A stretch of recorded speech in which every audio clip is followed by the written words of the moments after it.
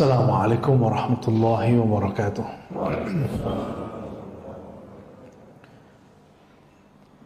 Alhamdulillahilladzi biiradatihi azhaba an ahli baiti an-nabi sallallahu alaihi wasallam ar-rijza wa yutahhiruhum tathhira. Walhamdulillahilladzi ahya man amila amalan salihan min dzakarin aw untha hayatan thayyibatan fid dunya wal akhirah. Asyhadu an la ilaha illallah, asyhadu anna Muhammadan abduhu wa rasuluh. Allahumma salli wa sallim wa barik ala sayyidina Muhammad wa ala alihi wa li baitihi wa dzurriyyatihi ajma'in. Baik Bapak Ibu jemaah karena Allah. Mohon maaf nih, sebulan atau 2 bulan? Udah 2 bulan ada yang gak datang ya? Mohon maaf ya. Karena hari Sabtu Minggu itu saya khidmat ke guru saya. Jadi kalau bentrok, ya mohon maaf, saya pasti cancel. Disuruh kemana, saya berangkat. Jadi itu latihan juga untuk diri saya sendiri. Apakah ego dengan bimbingan masyayikh kita ya. Ini aja baru balik dari majelis. Majelisnya kan unik Pak. Mulai jam 11, jam 12, selesainya jam 2, jam setengah 3 ya. Nyeleneh? Enggak. Ini menghidupkan tradisi di masa Rasulullah SAW, periode Makkiyah. Di periode Makkiyah, Rasulullah SAW, kalau orang kafir Quraisy tidur, beliau baru buka majlis di rumah Arqam ibnul Abu, bahasa Arabnya dar. Maka disebut Dar Arqam. Dan itu menginspirasi salah satu pergerakan di Malaysia dulu, namanya Darul Arqam. Saya nggak tahu sekarang gimana perkembangannya, tapi barangkali banyak perubahan ya. Di Indonesia ada Muhammadiyah, punya lembaga juga Arqam, ya, benar nggak? Itu sama, itu pesantrennya Arqam. Nah, inspirasinya daripada Darul Arqam. Ini kita masuk ke bab yang 17, fil qanaah. Bab mengenai qanaah. Qanaah dari kata qanaah. Apa arti qanaah? Qanaah itu bisa diartikan ridha terhadap pemberian. Ar-ridha bil qism. Ridha terhadap pemberian. Wa fi istilahi ahli al-haqiqati hiya as-sukun 'inda 'adami al-ma'. Adapun menurut ahli haqiqah, nah ini istilah beliau ya, istilah ahli al-haqiqati, kita disebut qanaah yaitu sukun 'inda 'adami al-ma'lufat. Tetap tenang ketika apa yang diinginkan, disenangi tidak ada. Misalnya kita lagi pengennya apa, dapatnya apa gitu. Dapatnya bukan itu. Dan hati itu tetap tenang. Hati kalau sudah tenang, maka jiwa kita tenang. Jadi jiwa itu hanya bisa tenang kalau senternya oke, sentralnya. Sentralnya jiwa itu ada di hati. Nah, si kolbu ini harus memandang bahwa pemberian ini dari Allah. Nah, orang yang memandang pemberian itu dari Allah, dia akan merasa sedikit itu banyak. Tapi kalau seseorang tidak memandang anugerah itu dari Allah, banyak pun terasa sedikit. Karena Allah itu maknanya Sang Maha yang dicintai. Yang Maha dicintai itulah salah satu makna dari lafaz Allah. Kalau kita benar-benar cinta kepada Allah, pasti sedikit pun terasa banyak. Bapak Ibu, ikhwan akhwat fillah, pernah mencintai seseorang dulu sebelum nikah, dikasih hadiah kecil, rasanya besar nggak? Berkesan. Sedikit pun berkesan, apalagi banyak. Ini disebut qanaah. Adakah yang lebih sayang kepada kita melebihi Allah Subhanahu wa taala? Kan nggak ada. Kenapa kita nggak berbalas? membalas cintanya. Ya. Allah udah segitu baiknya. Ini pagi ini masih bangun kan? Ya, di saat orang-orang masih sangat takut dengan Omikron. Ya, habis itu tantenya kali ya. Ini nikmat sekali, nikmat. Allah berikan rasa tidak was-was ya. Kalau ada yang hati-hati silakan ya. Cuma was-was jangan. Was-was itu nggak boleh. Was-was itu penyakit di kolbu. Yuwaswisu fi sudurin nas. Was-was itu yang bikin penyakit, Pak. Jadi bagi saya bukan COVID itu yang berbahaya, tapi yang berbahaya was-was saat COVID atau sebelum terjadi. Ya, nah, coba was-was itu disembuhkan. Bagaimana menyembuhkannya? Kolbu hanya sembuh dengan nama Allah. Maka suntikkanlah nama Allah di dalam kolbu. Ya. Wa qala hiya al-iktifa' bil qalil, al-istighna' bil mawjud wa tarku tatallu' ila al-mafqud. Ya, artinya sama ya. Wa qala Ikrimah rahmatullah alaih. Berkata Ikrimah ini mantan teroris. Jadi murid Ibnu Abbas radhiyallahu taala anhu. Ikrimah namanya. Beliau periwayat tafsir dalam riwayat Ibnu Abbas. Ya. Beliau menerjemahkan ayat surat An-Nahl ayat 97. Man 'amila salihan min dzakarin aw untha wa huwa mu'minun falanuhyiyannahu hayatan thayyibah. Man 'amila, siapa saja yang beramal baik, amila salihah. Nah, ini kata kunci yang sudah kita sebutkan beberapa waktu lalu. Amal saleh bukan semua amal ibadah, ingat. Saleh bahasa Arab artinya munasib, cocok, relevan. Ada amal kelihatannya soleh menurut bahasa Arab, tapi bukan soleh dalam pengertian meeting atau ada tugas. Tapi hati pengen, bukan hati, diri pengen sholat duha. Mana yang didahulukan? Kerja atau duha? Yang mana? Duha bagus gak? Bagus. Kerja? Emang gak bagus? Terus? Dua-duanya bisa kerja sembari duha sembari kerja. Jadi lagi ruku sujud ingatnya kerjaan. Nah, gimana caranya? Pertanyaannya dibalik ke asalnya. Kerja pakai kontrak nggak? Wajib nggak? Sholat duha sunnah. Nah, maka selesai dulu yang wajib baru kejar yang sunatnya. Jangan dibalik. Ya, tuh ini kan soleh. Soleh itu bahasa Arab artinya sesuatu yang sesuai, yang relevan, yang sesuai dan relevan. Jadi ada amal yang kelihatannya baik tapi nggak soleh, itu banyak, ya. Dan bahkan di luar sana banyak orang yang meyakini amal dia baik, lalu dia lakukan di depan kita, itu jadi nggak enak. Dan saya berkali-kali mengatakan ke teman-teman para pengkaji kitab-kitab bahasa Arab, baik gundul atau gimana, ini masa 1443 Hijriah, masa di mana tidak pernah ada masa sebelum ini yang mengalami kemajuan intelektual, spiritual, dan juga teknologi. Maka jangan putuskan masalah kita dengan membaca teks-teks lama. Dan jangan hukumi teks lama dengan pemahaman kita yang serba cepat hari ini. Nah, ini penting sekali. Nih, antum ketemu nih teks di Quran tentang bab pakaian. Lalu Nabi melarang satu model pakaian. Belum tentu model pakaian itu seperti yang kita pahami dalam bahasa kita sekarang. Itu. Nabi dulu punya gorden, bergambar. Lalu kemudian beliau merasa kayaknya mewah.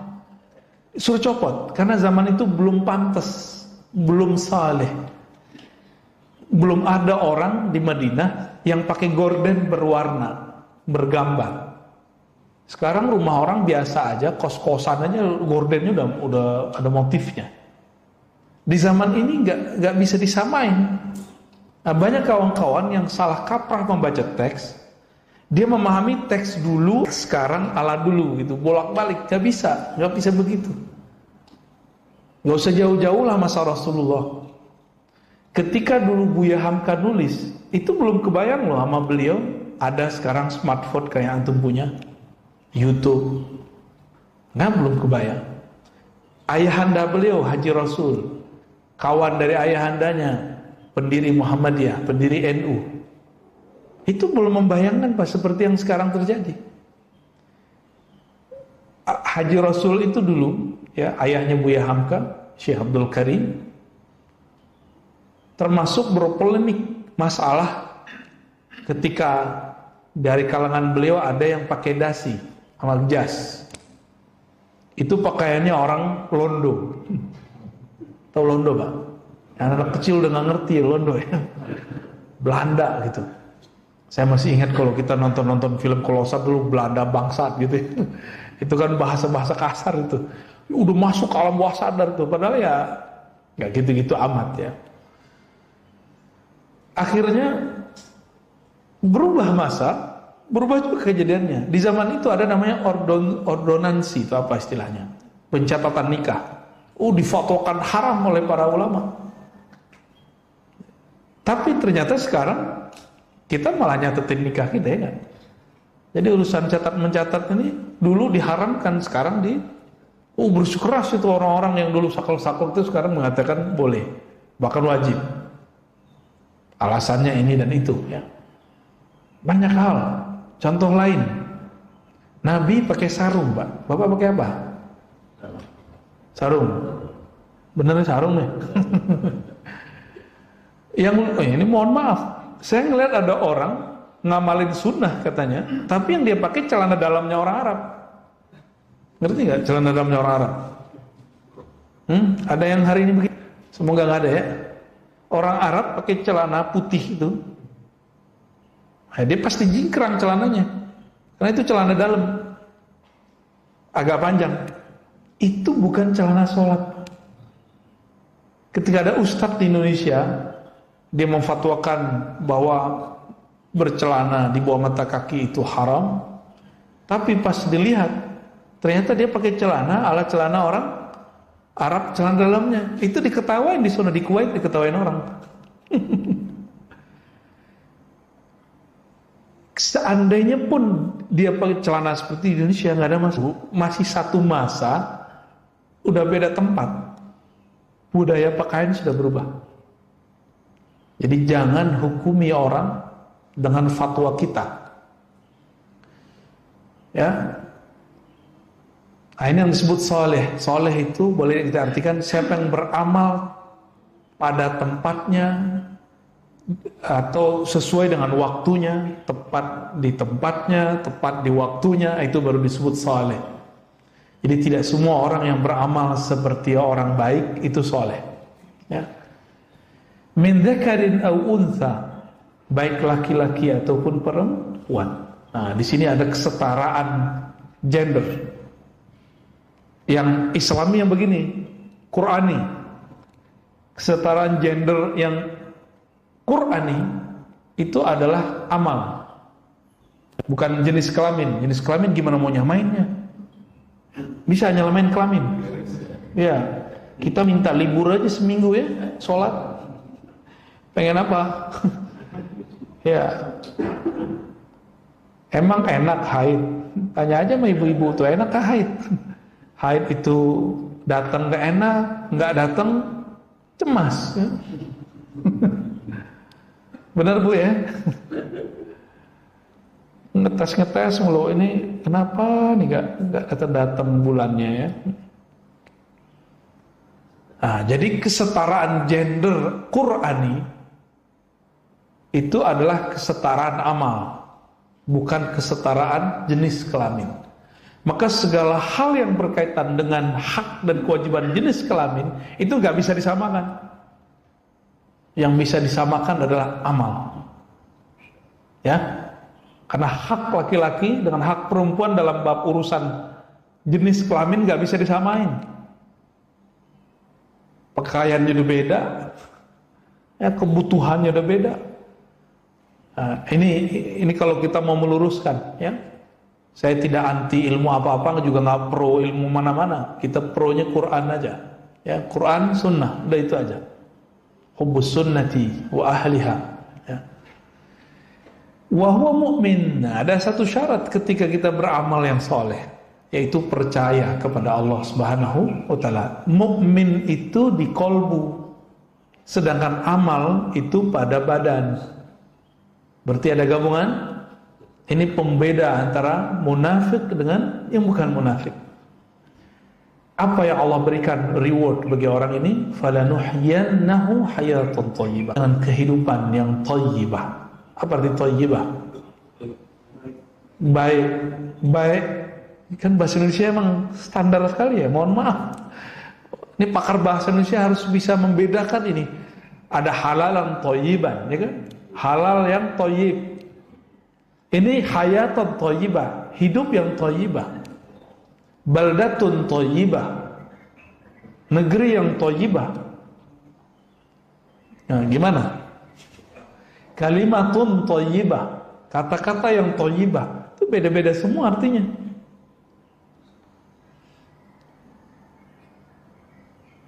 Kehidupan yang penuh dengan keberkahan. Nah, Ikrimah mengartikan al-hayatut thayyibah al-qanaah, hidup yang penuh dengan rasa qanaah. Itu yang disebut dengan hayatan thayyibah. Karena dia merasa puas dengan apa yang diberikan Allah Subhanahu wa Ta'ala. Ya. Jadi apa yang membuat kita nggak bahagia? Karena kita nggak puas dengan apa yang Allah beri. Itu sederhana aja. Dulu sebelum nikah, sebelum punya anak, sebelum punya rumah, penghasilan 700.000 sudah cukup. Sekarang 7 juta kayaknya nggak cukup. Naik 17 juta nggak cukup. Coba kalau gaji saya 27 juta, udah nggak cukup juga. Nah, terus gimana dong? Ternyata gaya hidupnya. Gaya hidup itu lawan daripada qanaah, gaya hidup yang berlebihan. Ya, jadi qanaah itu adalah obat daripada lifestyle yang berlebihan. Lihat nih, yang ngawal saya udah tepar semua, Pak. Ya. Salatu khairum minan naum. Ya Allah, kasihan mereka ya. Udah khidmah. Wa fi qoulihi ta'ala la yarzuqannahumullahu rizqan hasana. Ya. Dalam surah Al-Hajj ayat 58, sungguh, ini sungguhnya 2 kali. La yarzuqanna, la sungguh, belakangnya ada nun, itu arti sungguh juga tuh. Sungguh gitu. Itu terjadi secara harfiah, tapi secara bahasa rohani, nun itu ada satu makna, yaitu nur. Ya, la yarzuqannahum rizqan hasana. Sungguh Allah akan melengkapi rizki mereka dengan cahaya. Itu secara ilmu huruf ya, nur. Cahaya apa? Cahaya rizqan hasana, rizki yang baik. Hasan ini kalau wajah jadi rupa yang bagus, kalau punya rumah kelihatan enak dilihat, punya mobil enak dilihat, punya baju enak dipakai, makan pun nikmat disantap, itu disebut dengan rizqan hasanah. Gimana Pak? Udah enak belum makannya? Enak ya?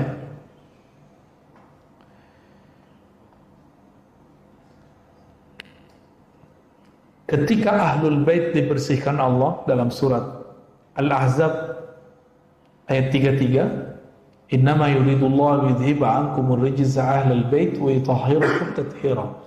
Allah hanyalah menginginkan bagi kamu untuk membersihkan kamu kotoran. Kotoran apa pada mereka? Al-bukhul wa tama.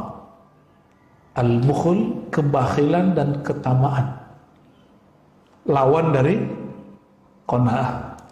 Orang bakhil itu dia pelit kepada orang lain. Nah, bakhilnya ada ininya. Ada yang sudah kronis, namanya syahih. Dia tidak hanya pelit kepada orang lain, dia juga pelit kepada dirinya sendiri.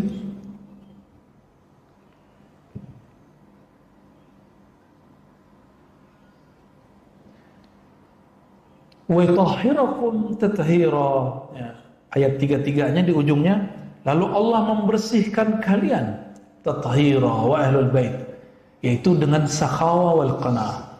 Lawan dari bukhul tadi apa? Bukhul wal tama. Lawan dari tama itu qanaah. Lawan dari bukhlun kebakhilan itu sakhawa, dermawan, sakhi, orang yang suka berbagi. Berbagi itu tidak hanya bab harta ya, tapi juga ilmu termasuk. Sayyidina Sulaiman itu pernah berdoa, qala rabbi ighfirli wa habli mulkan la yanbaghi li ahadin min ba'di. Ay arada bil mulki kamal al hal fil qanaah. Sayyidina Sulaiman itu doa, ya Allah ampuni aku. Minta ampun dulu beliau. Ini adab berdoa. Wa habli mulkan. Berilah aku anugerah mulkan. Apa arti mulkan? Kekuasaan kerajaan, menguasai jin. Salah satu kekuasaan Nabi Sulaiman adalah menguasai jin. Jadi Nabi Sulaiman itu punya cincinnya membuat takhluk, bukan sebenarnya cincinnya, tapi orang yang megang cincinnya itu. Tapi jin-jin yang sesat mengira cincin Nabi Sulaiman lah yang membuat ia sakti. Sebenarnya Nabi Sulaiman itu sendiri. La yanbaghi li ahadin min ba'di, yang mana tidak akan layak bagi seorang pun selainku untuk mendapatkan itu. Nah, ungkapan Nabi Sulaiman itu menunjukkan bahwa beliau ini qanaah. Maka Allah berikan akses yang luar biasa. Ada satu ayat di surat Al-Infitar ya, kita udah sering dengar nih imam baca. Innal abrara lafi na'im. Sesungguhnya abrar, orang-orang yang berbuat baik, sungguh lafi di dalam na'im, nikmat yang banyak. Nikmat apa itu? Al-qanaah fid dunya. Qanaah dalam kehidupan dunia. Wa innal fujjara lafi jahim. Orang-orang yang berbuat keji di dunia fi jahim, dalam jahim. Jahim itu nama lain dari neraka atau siksa. Mereka tersiksa gitu. Maka cobalah lihat orang-orang hari ini yang lifestyle-nya tinggi, ya tiap bulan mau ganti HP kan repot Pak. Apalagi zaman pandemi. Ya, jerit orang-orang. Ya, riwayat Imam Tabarani dan Qudai dikatakan al-qana'atu kanzun la yafna. Qanaah itu adalah perbendaharaan yang tidak pernah habis. Jadi orang kalau qanaah itu sama kayak dia punya kekayaan nggak pernah habis. Tapi kalau bapak ini punya duit banyak, itu bisa habis. Ya ada satu negeri di Jawa kemarin ya, yang habis jual-jualin tanah. Masih ingat? Oh pada beli mobil. Namanya duit kan habis Pak. Sekarang ya kasihan juga sih kita. Demo minta kerja. Ya. Ini pelajaran buat kita, biar kita nggak usah nyinggung mereka, tapi kita dapat pelajaran dari mereka bahwa harta meskipun miliaran banyak nggak akan bertahan. Ya.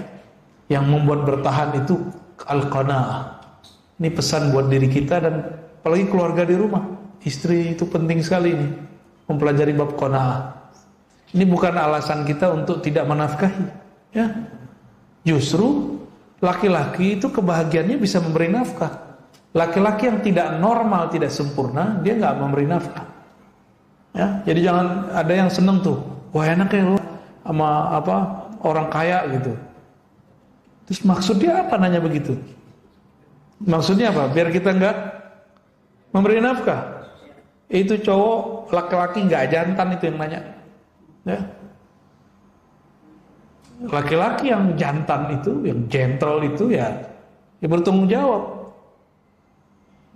Bertanggung jawab, jangan enak-enakan ngomong begitu ya. Itu cowok matre namanya.